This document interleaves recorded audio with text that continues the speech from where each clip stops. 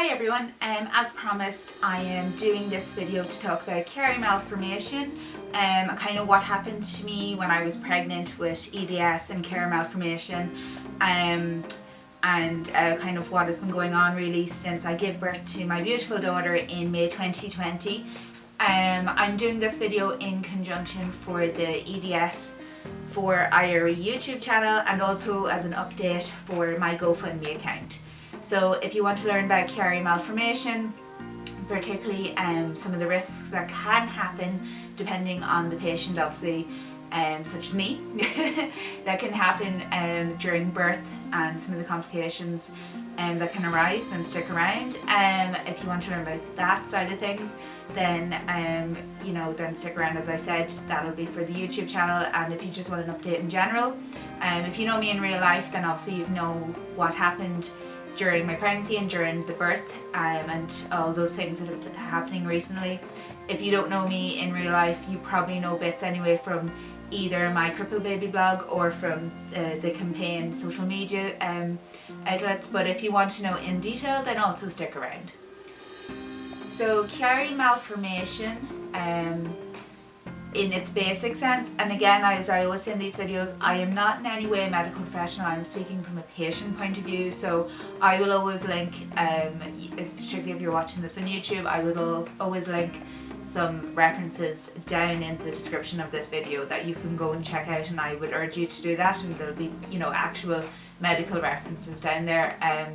So I will tell you just the very basics in layman's terms. So Chiari Malformation is basically a herniation of part of the brain, the cerebral tonsils, and they lie in the back of your brain here, and they basically herniate into the spinal canal in patients with Chiari Malformation. Now, with patients in Chiari Malformation, often this can be diagnosed through an MRI.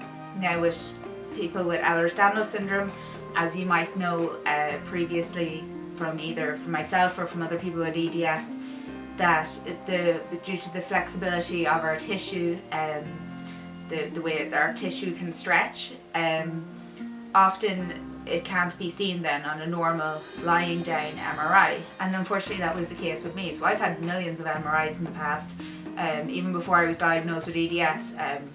Over the years, because of my symptoms, because I'm a female particularly, doctors are always convinced that I had MS. Even now, like I could go to the dentist or the eye doctor and they're like, "Are you sure you don't have MS?" I'm like, "Yeah, no, I'm positive that I don't have that." But it's always been a reoccurring thing that I've always just been sent for MRIs, even when I was sure that I didn't even need one. So the Chiari Malformation was missed my entire life, and I've always had symptoms, looking back now, of Chiari Malformation, and it was only when I was diagnosed with EDS that then I was eventually diagnosed with Chiari Malformation. Now, for those of you that are on my GoFundMe, you'll remember that I went for the upright MRI in London because Ireland does not have one.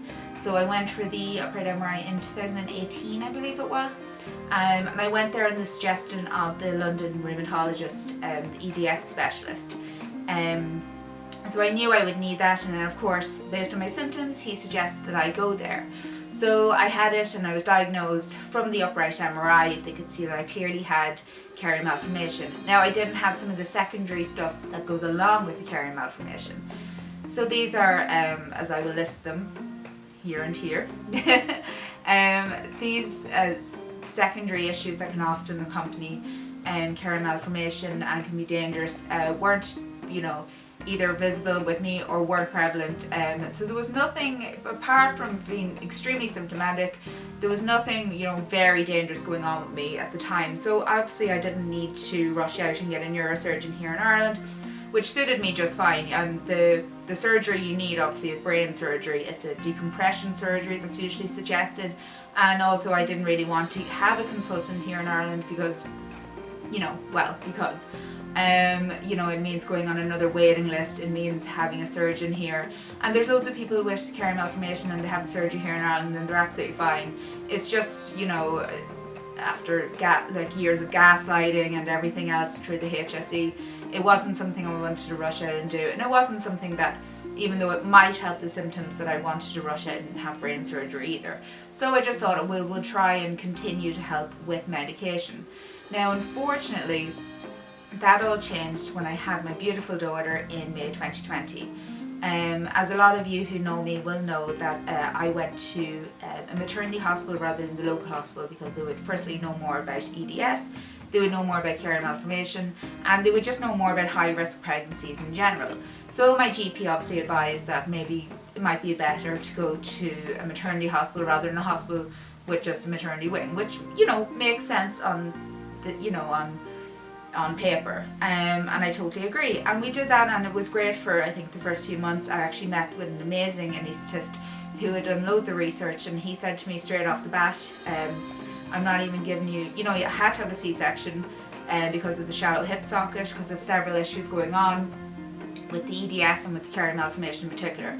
So with Chiari Malformation, because of the brain herniation into the spinal canal, any kind of pushing obviously could push that any further. Now mine is already at 10 millimeters, which in Chiari Malformation world, the size isn't hugely important, but 10 millimeters isn't a great size. I mean, but size again isn't important. What is important with Chiari Malformation is the secondary issues and your symptoms. So already being quite symptomatic, I didn't want to push that Chiari down any further, which this anaesthetist totally understood. And having done his research, he said obviously, and my consultant had already agreed to this, that C-section was the best way to go, so we didn't physically push the brain down any further into the spinal canal. And secondary, he said to me straight off the bat, you're not having epidural, we're taking that off the table immediately. So we're left with the spinal anaesthetic or the general anaesthetic, which I kind of knew myself from, you know, talking to other Chiari Malformation patients online and friends. Obviously I've met so many friends over the years of having EDS and having Chiari Malformation, so I knew this myself, and he had researched it, and obviously he said, you know, general anaesthetic, which would mean being completely asleep, would be the safest route, but it would mean obviously being completely asleep. Spinal had some risks, and obviously for those of you might know, you know, with Ehlers-Danlos syndrome, it can bring issues with anaesthetics not working. Now, I've never had a spinal anaesthetic, so I didn't know if that would be an issue where it wouldn't work for me. But that can be an issue where anaesthetics don't work. I know when I go to the dentist, I have to get extra injections and things like that, so I wasn't too sure in that regard. There can be some issues with bleeding as well. So he went through all of this with me. Now, he did say that obviously that I should have a choice in it, and that he would feel far more comfortable with me having that choice. Now, I was very impressed with this man. He had done his research. We left that meeting feeling very comfortable in all of this decision, and with him saying that I should have a choice. I mean, and with him feeling very comfortable in me having that decision. So we left very happy, and then he was going to contact sometime in April, or I was to receive a letter with an appointment, and that never happened. And obviously with COVID and everything blowing up, we just thought, well, they're very busy.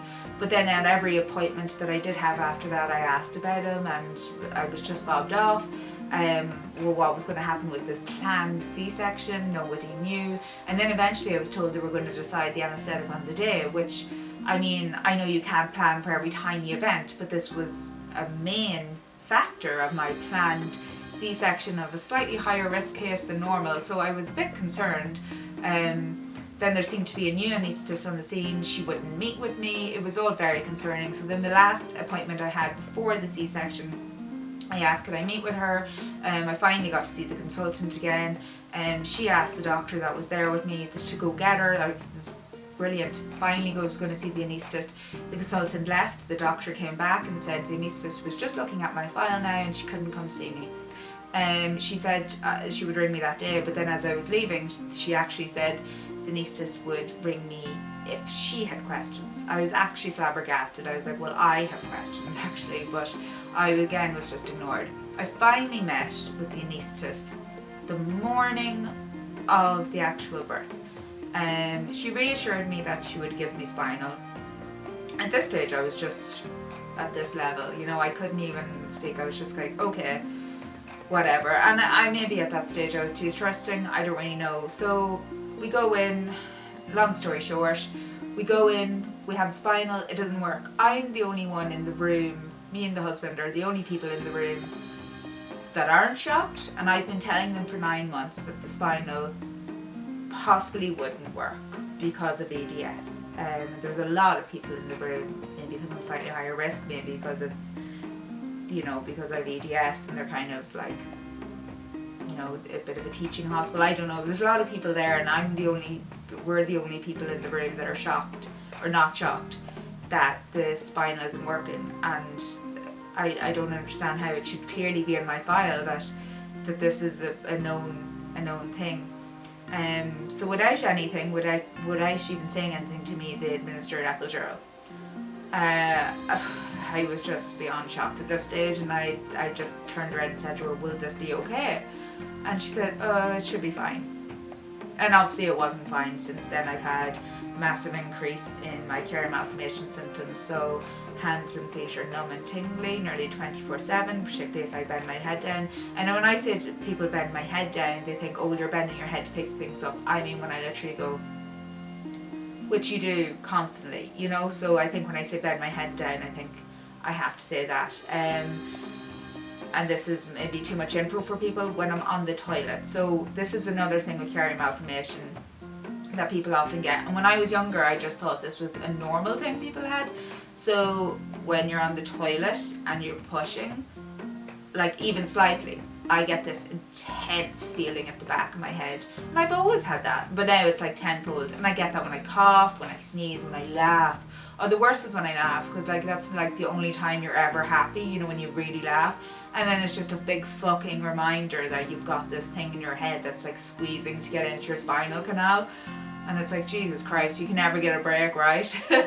But, oh, I better not laugh. But, yeah, so intense headaches, 24/7. Yeah, so each day it just got worse and worse. And I think at first I kind of ignored it. I just thought, no, it's just the anesthetic, you know? And then it was like, no, it's just, I'm not sleeping well because I'm a first time mother, you know? And even though the baby was sleeping really well, I mean, she's like, loves her sleep. So, as time went on, it just got worse and worse and worse. And then I couldn't get help. We went to A&E, and the first time wasn't too bad. I met a doctor and neurologist who knew about EDS, knew about Chiari, and they gave me medication to help kind of with the headaches. And then as time went on, I was like, this isn't right. And I was like, I feel like I'm having some kind of seizures, not like grand mal full-on seizures, but like absence seizures, particularly at night. Like absence seizures, so with like some kind of partial seizures. And I don't know enough about seizures to even to define them. I know them from family and friends having them, do you know, that kind of way, from the outside. But over time, like, I started to pay attention, because when all this is going on, you start to like not want to pay attention. So I started to try and pay attention, and things just got worse by the day. And they said to me, obviously in A&E, come back if things get worse. So they put me in the medication, said come back if things get worse, and things got very, very worse. So I came back, and I don't know if many of you know this about A&E here in Ireland, but if you go with something and you're disabled or have a chronic issue, often you could go with a broken leg but you have EDS. So you're going because you have EDS and you're trying to skip the waiting list. Which is ridiculous, because it's like, what waiting list? I go to other countries for my healthcare, so what fucking waiting list am I trying to skip here? Do you know, it's ridiculous. Like, I could literally break my leg tomorrow and I can't go to an A&E here. I went before I was diagnosed with a full dislocation to my knee. I couldn't get my knee into place, and they wouldn't even do an x-ray of my knee. They actually gave me a chest x-ray and tried to give me antibiotics for a chest infection after hours of waiting, and wouldn't even touch my knee that I was there for, because at the time I was on a waiting list to see a consultant. I was like, I don't care about that, just fix the knee, it's killing me. I was passing in and out of consciousness from fucking pain, and I was like, I don't care, just fix the knee. And they were like, you need to just stay on the waiting list. I was like, are you actually joking right now? So there's, you know, there's things like that I don't think people realise. So the second time I went back, it was very much like, you're just here for a headache. And I was like, try to explain to them what Chiari Malformation was, and they just didn't really understand. And I had to say, I'm pretty sure I'm having some kind of fucking seizure. So I had to beg basically to be put forward for an EEG, because I didn't realise that that's not something they can just do. But they did. She did now, in fairness, put me forward for this rapid clinic for an EEG, and I did eventually have it, and it was grand. Like, I have to say it, like, I got that appointment fairly quickly, and yeah, and the results showed that it's most probably epilepsy. So there you go. And again, I'm the only one that wasn't fucking shocked. So I was put on a stronger medication. So I'm now weaning off the other medication that was for headaches / just in case seizures. I'm now on this higher medication for actual seizures. They are just getting worse. As I said, they're mostly at night. Yeah, and they're just getting worse and worse and worse. I have a plan at least, and I have a medication, and I've never ever experienced epilepsy before. I've never had seizures before. This is all since the birth. I can't get any help here in Ireland. I just can't. They treat Chiari Malformation here in Ireland.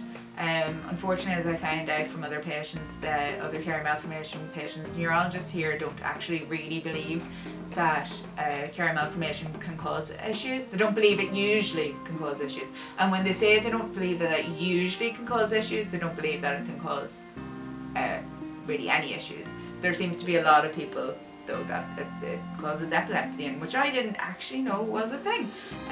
So I'm hoping at least that it's just epilepsy and I don't have anything else going on. As I said, I have headaches basically 24/7, and loads of other neurological issues going on. My memory loss is pretty intense. I have to write everything down. Luckily, the husband obviously isn't working at the moment, so that's kind of great. Woo! Pandemic, yay! Yeah, so I'm extremely symptomatic since giving birth. The maternity hospital, as of yet, has not really taken huge responsibility. Things are progressing very slow. I won't talk hugely about that, but I am getting help from an organisation on that, but I won't talk further on that at the moment. So obviously I was planning after, because it's been a while since I've been receiving healthcare in London, obviously with the pandemic, with being pregnant, so I was planning a trip to London for healthcare, regular healthcare anyway, as with having Chiari Malformation, Ehlers-Danlos syndrome and dysautonomia and everything else and all the beautiful rainbow of conditions. I was planning a London trip anyway, so now we are doing that with getting a full brain and spinal MRI, upright MRI obviously, in the end of this year. Hopefully we have it all booked. I have booked to see my consultant, I've physio booked. We don't know if we'll need any other tests after that. I'll probably need to go back over then again. It's all going to be very expensive. If you can give anything on my GoFundMe, please do. If you're watching this video on my YouTube, obviously don't. I'm just doing this video as a kind of both for the YouTube and, as I said, for my GoFundMe as an update. I kind of wanted to do something for Chiari Malformation and to discuss the symptoms. I know I've kind of skimmed over a lot of the symptoms and kind of just talked about some of the numbness and some of the headache kind of symptoms. If there's anything in particular that you want to know about Chiari Malformation, and I'll probably do a few more videos around that, and I said I'll do a few more videos in the YouTube. So sorry about that, there was a wee bit of a glitch in the matrix in that I ran out of space on my card. So I was just kind of saying that, like, if you have any questions at all relating to either this video or any other videos that I might do, so I might do like some videos on Ehlers-Danlos syndrome and pregnancy, or having COVID and pregnancy, because I know like some of my followers on the YouTube channel wanted me to do videos on that. If there's any particular questions, feel free to email me on eds4ire@gmail.com. I just want to point out as well that obviously I can't get healthcare here at the moment. As I was saying, I've been to A&E on 2 separate occasions. I had to beg for that EEG. So what we are going to do is a cost of a lot of extra expense, because we're saving obviously for London at the moment, and we've been saving for that for quite some time because going to London was something we were going to do anyway. Obviously there's a bit of added expense now because we're going to go for the full spinal this time. But what we are going to do over here in the meantime, rather than wait until then, is go for a full spinal MRI here also. That won't show my Chiari Malformation, as it's just a normal MRI because we don't have an upright MRI here in Ireland. But if I go for an MRI here, at least I'll hopefully be able to spot some of the other complications that may have happened during the C-section. So as I said, it won't show the Chiari Malformation and it won't show if that has progressed, but it might hopefully show other issues. And hopefully it will just be the case that I just have epilepsy and no other issues, but we need to know either way. And it doesn't look like I'm going to be getting that publicly, even though an MRI is a basic thing and I should be able to get that here. I should also point out as well that I was talking about neurologists not understanding Chiari Malformation here. Neurologists and neurosurgeons are two different things, which I found out recently. So neurosurgeons deal with Chiari Malformation, neurologists not so much. So a neurosurgeon would understand that Chiari Malformation causes symptoms, and neurologists just, it's not their forte, I suppose. I'm not on the waiting list for a neurosurgeon because I didn't want to be on another consultant list here, and that might seem silly, but you know, I didn't see myself having surgery anytime soon also, and at the moment it's been hard to get on a waiting list with GPs being the way they are. I've tried to do that, unfortunately. This whole health mail system thing that a lot of hospitals don't use, the neurologist that I did see in A&E has tried to put me on the list. It doesn't seem like I'm on that neurosurgeon list as I speak. I'm going to ring the hospital next week and see if that has even happened. I haven't received any letter to date to say that I am on this neurosurgeon list. So I mean, even if I get on that, it'll be 18 months until I get any form of appointment anyway. And to be honest, do I really want surgery in this country of any sort right now? Even emergency surgery? I can't answer that. I mean, I don't know if I want any doctor touching me in this country right now, after what I've been through and after the last 2 months. So we'll just have to wait and see. So I think that's really everything. Just one final note, obviously. I'm not the only one with EDS and hypermobility spectrum disorder in the country at the moment who has to travel for healthcare, as always, and not just during the pandemic. There's adults and children who have to travel to the UK, to Barcelona and further afield, with Ehlers-Danlos syndrome and hypermobility spectrum disorder for basic healthcare at that.